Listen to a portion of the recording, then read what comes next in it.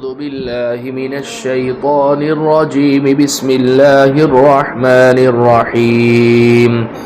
وإذا قرأت القرآن جعلنا بينك وبين الذين لا يؤمنون بالآخرة حجابا مستورا وجعلنا على قلوبهم أكنة أن يفقهوه وفي آذانهم وقرا وإذا ذكرت ربك في القرآن وحده ولوا على أدبارهم نفورا نحن أعلم بما يستمعون به إذ يستمعون إليك وإذ هم نجوى إذ يقول الظالمون إن تتبعون إلا رجلا مسحورا انظر كيف ضربوا لك الأمثال فضلوا فلا يستطيعون سبيلا وقالوا أئذا كنا عظاما ورفاتا أئنا لمبعوثون خلقا جديدا قل كونوا حجارة أو حديدا أو خلقا مما يكبر في صدوركم فسيقولون من يعيدنا قل الذي فطركم أول مرة فسينغضون إليك رؤوسهم ويقولون متاه قل عسى أن يكون قريبا يوم يدعوكم فتستجيبون بحمده وتظنون إن لبثتم إلا قليلا۔ میرے عزیزوں، پیاروں، بزرگوں، اللہ کے رسول پر ایمان رکھنے والے میرے دین عظیم بھائیوں، یہ 8 آیتیں جن کی تلاوت ابھی آپ حضرات کے سامنے کی گئی، سورہ بنی اسرائیل کے 5ویں رکوع کی 8 آیتیں ہیں۔ ان آیات پر اس سورت کا یہ 5واں رکوع یہ مکمل ہو رہا ہے۔ آیت نمبر 45، 46، 47، 48، 49، 50، 51، 52، یوں ٹوٹل جو ہے 8 آیتیں ہیں۔ اللہ سبحانہ وتعالی نے اس میں مشرکین مکہ کی حالت کو بیان فرمایا ہے، اور بعض بعد الموت، موت کے بعد دوبارہ زندگی کے بارے میں جو وہ یوں سمجھتے ہیں، یہ سمجھتے تھے کہ یہ کیسے ہوگا، کون کرے گا، وہ تمام تر تفصیلات اللہ سبحانہ وتعالی نے بیان فرمائی ہے۔ اور اللہ کے نبی علیہ السلام کے اوپر قرآن کا نزول ہوتے ہوئے، آپ کے معجزات کو دیکھتے ہوئے بھی وہ ایمان نہ لائے اور آپ کو جھٹلانے کی کوشش کی، اور نعوذ باللہ آپ کو ساحر کہا گیا، جادوگر کہا گیا، کاہن کہا گیا، نجومی کہا گیا، اور مجنون اور دیوانہ آپ کو کہا گیا۔ وہ تمام تر باتیں اس میں بیان فرمائی ہے۔ چنانچہ باری تبارک و تعالی ارشاد فرماتے ہیں وَإِذَا قَرَأْتَ الْقُرْآنَ جَعَلْنَا بَيْنَكَ وَبَيْنَ الَّذِينَ لَا يُؤْمِنُونَ بِالْآخِرَةِ حِجَابًا مَسْتُورًا، اور اے پیغمبر صلی اللہ علیہ وسلم، جب تم قرآن پڑھتے ہو تو ہم تمہارے اور ان لوگوں کے درمیان جو آخرت پر ایمان نہیں رکھتے ایک اندیکھا پردہ حائل کر دیتے ہیں۔ جو لوگ اپنی اصلاح اور آخرت کی فکر سے غافل ہو کر بس دنیا کے پیچھے پڑے رہتے ہیں، اور حق کی کوئی طلب ان کے دلوں میں پیدا نہیں ہوتی، بلکہ وہ حق کے مقابلے میں ضد اور عناد کی روش اختیار کر لیتے ہیں، وہ حق کو سوچنے سمجھنے سے محروم ہو جاتے ہیں۔ یہی وہ اندیکھا پردہ ہے جو ان کے اور پیغمبر کے درمیان حائل ہو جاتا ہے، اور یہی وہ غفلت کا غلاف ہے جو ان کے دلوں پر مسلط ہو جاتا ہے، اور ان کے کانوں میں وہ گرانی پیدا کر دیتا ہے، جس کی بنا پر وہ حق کی بات سننے کی صلاحیت سے محروم ہو جاتے ہیں۔ تو اللہ فرماتے ہیں ایسے لوگوں کے درمیان ایک اندیکھا پردہ حائل کر دیتے ہیں۔ وَجَعَلْنَا عَلَىٰ قُلُوبِهِمْ أَكِنَّةً أَن يَفْقَهُوهُ وَفِي آذَانِهِمْ وَقْرًا وَإِذَا ذَكَرْتَ رَبَّكَ فِي الْقُرْآنِ وَحْدَهُ وَلَّوْا عَلَىٰ أَدْبَارِهِمْ نُفُورًا، اور ہم ان کے دلوں پر ایسا غلاف چڑھا دیتے ہیں کہ وہ اسے سمجھتے نہیں اور ان کے کانوں میں گیرانی پیدا کر دیتے ہیں، اور جب تم قرآن میں تنہا اپنے رب کا ذکر کرتے ہو تو یہ لوگ نفرت کے عالم میں پیٹ پھیر کر چل دیتے ہیں۔ اللہ فرماتے ہیں کہ ان کی ضد، ان کی عناد، ان کی سرکشی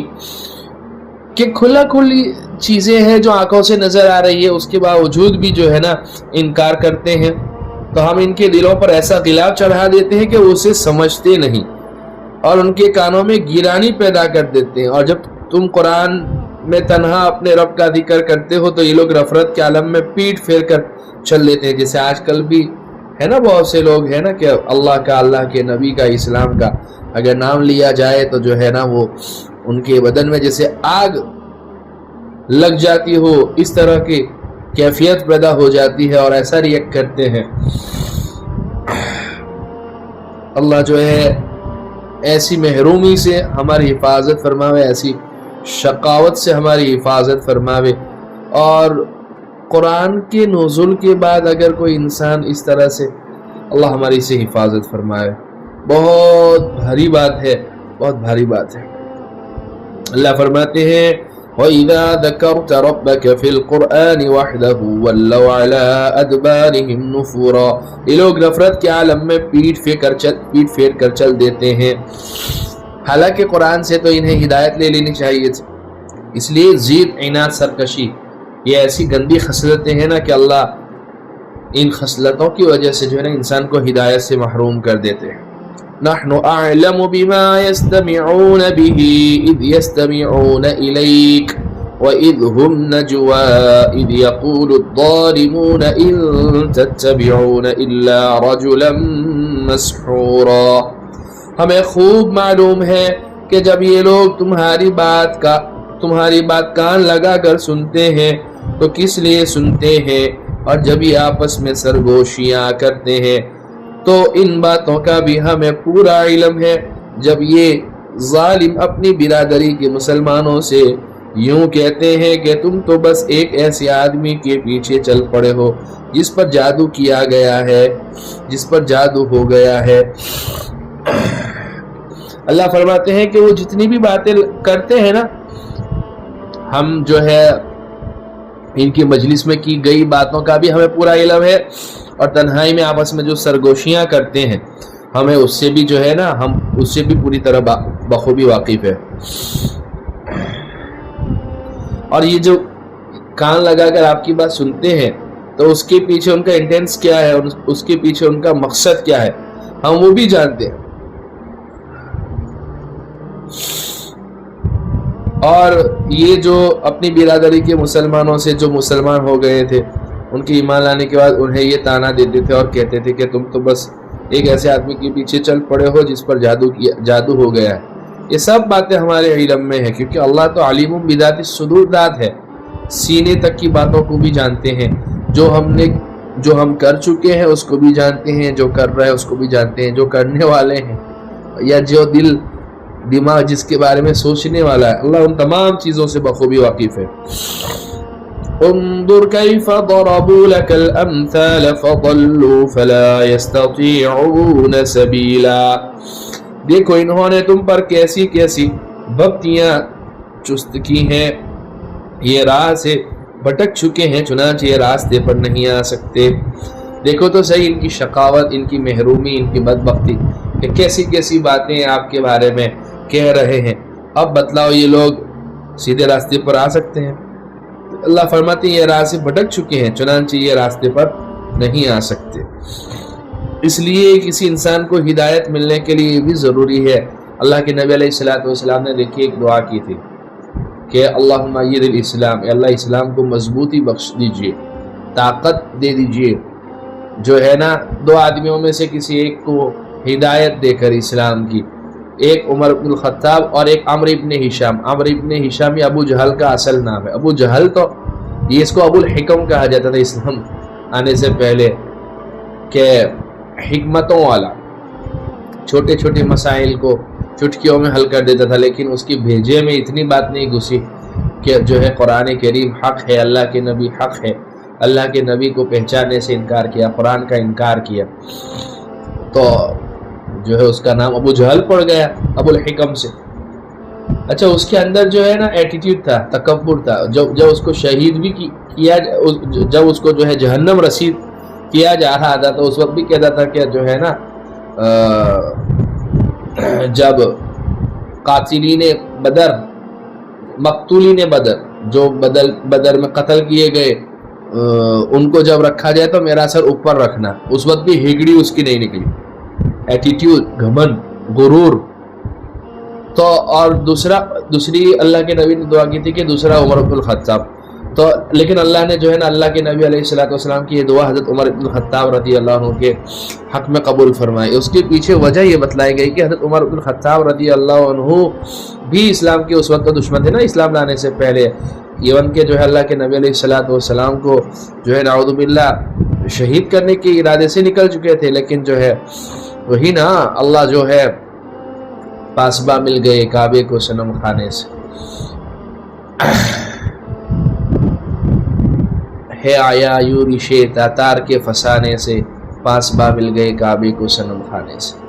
کہ آپ کو نعوذ باللہ جو ہے شہید کرنے کے ارادے سے نکلے تھے، اور جو ہے خود جو ہے اسلام کے دیوانے اور متوالی بن گئے، اور رسول اللہ کے ایسے شہدائی بنے کہ اسلام کے دوسرے خلیفہ مقرر ہوئے۔ تو اللہ نے ان کو تواضع، ان میں تواضع، ان کی ساری عاجزی تھی، تو اللہ سبحانہ و تعالیٰ نے اللہ کے نبی علیہ السلام کی یہ دعا جو ہے عمر کے حق میں قبول فرمائی۔ اور ابو جہل کے اندر ایٹیٹیوڈ، غرور، گھمنڈ، یہ سب ساری چیزیں جو یہاں پر بیان کی جا رہی ہیں، زید، عناد، سرکشی، یہ سب ساری چیزیں تھی، تو اللہ نے اسے محروم کر دیا۔ اللہ فرماتے ہیں دیکھو تو صحیح انہوں نے تم پر کیسی کیسی ببتیاں چست کی ہیں، یہ راہ سے بھٹک چکے ہیں، چنانچہ یہ راستے پر نہیں آ سکتے۔ اور یہ کہتے ہیں کہ کیا جب ہمارا وجود ہڈیوں میں تبدیل ہو کر چورا چورا ہو جائے گا تو بھلا کیا اس وقت ہمیں نئے سرے سے پیدا کر کے اٹھایا جائے گا؟ یعنی یہ مرنے کے بعد دوبارہ زندگی کو محال سمجھتے ہیں اور مشکل سمجھتے ہیں۔ یہ ان کو اس لیے ایسی باتیں ان کے ذہن میں آ رہی ہے کہ وہ اللہ کو بھی اپنے آپ پر قیاس کرتے ہیں۔ دیکھو اللہ فرماتے ہیں وَقَالُوا أَإِذَا كُنَّا عِظَامًا وَرُفَاتًا أَإِنَّا لَمَبْعُوثُونَ خَلْقًا جَدِيدًا، اور یہ کہتے ہیں کہ کیا جب ہمارا وجود ہڈیوں میں تبدیل ہو کر چورا چورا ہو جائے گا تو بھلا کیا اس وقت ہمیں نئے سرے سے پیدا کر کے اٹھایا جائے گا؟ قُلْ كُونُوا حِجَارَةً أَوْ حَدِيدًا، اللہ فرماتے ہیں کہ اے نبی جی کہہ دو کہ تم پتھر یا لوہا بھی بن جاؤ، یا کوئی اور مخلوق بن جاؤ، او خلقا مما یکبر فی صدورکم، یا کوئی اور ایسی مخلوق بن جاؤ جس کے بارے میں تم دل میں سوچتے ہو کہ اس کا زندہ ہونا اور بھی مشکل ہے، ڈائناسور بن جاؤ یا جو بھی بننا ہے بن جاؤ، پھر بھی تمہیں زندہ کر دیا جائے گا۔ اب وہ کہیں گے کہ کون ہمیں دوبارہ زندہ کرے گا؟ فَسَيَقُولُونَ مَن يُعِيدُنَا قُلِ الَّذِي فَطَرَكُمْ أَوَّلَ مَرَّةٍ،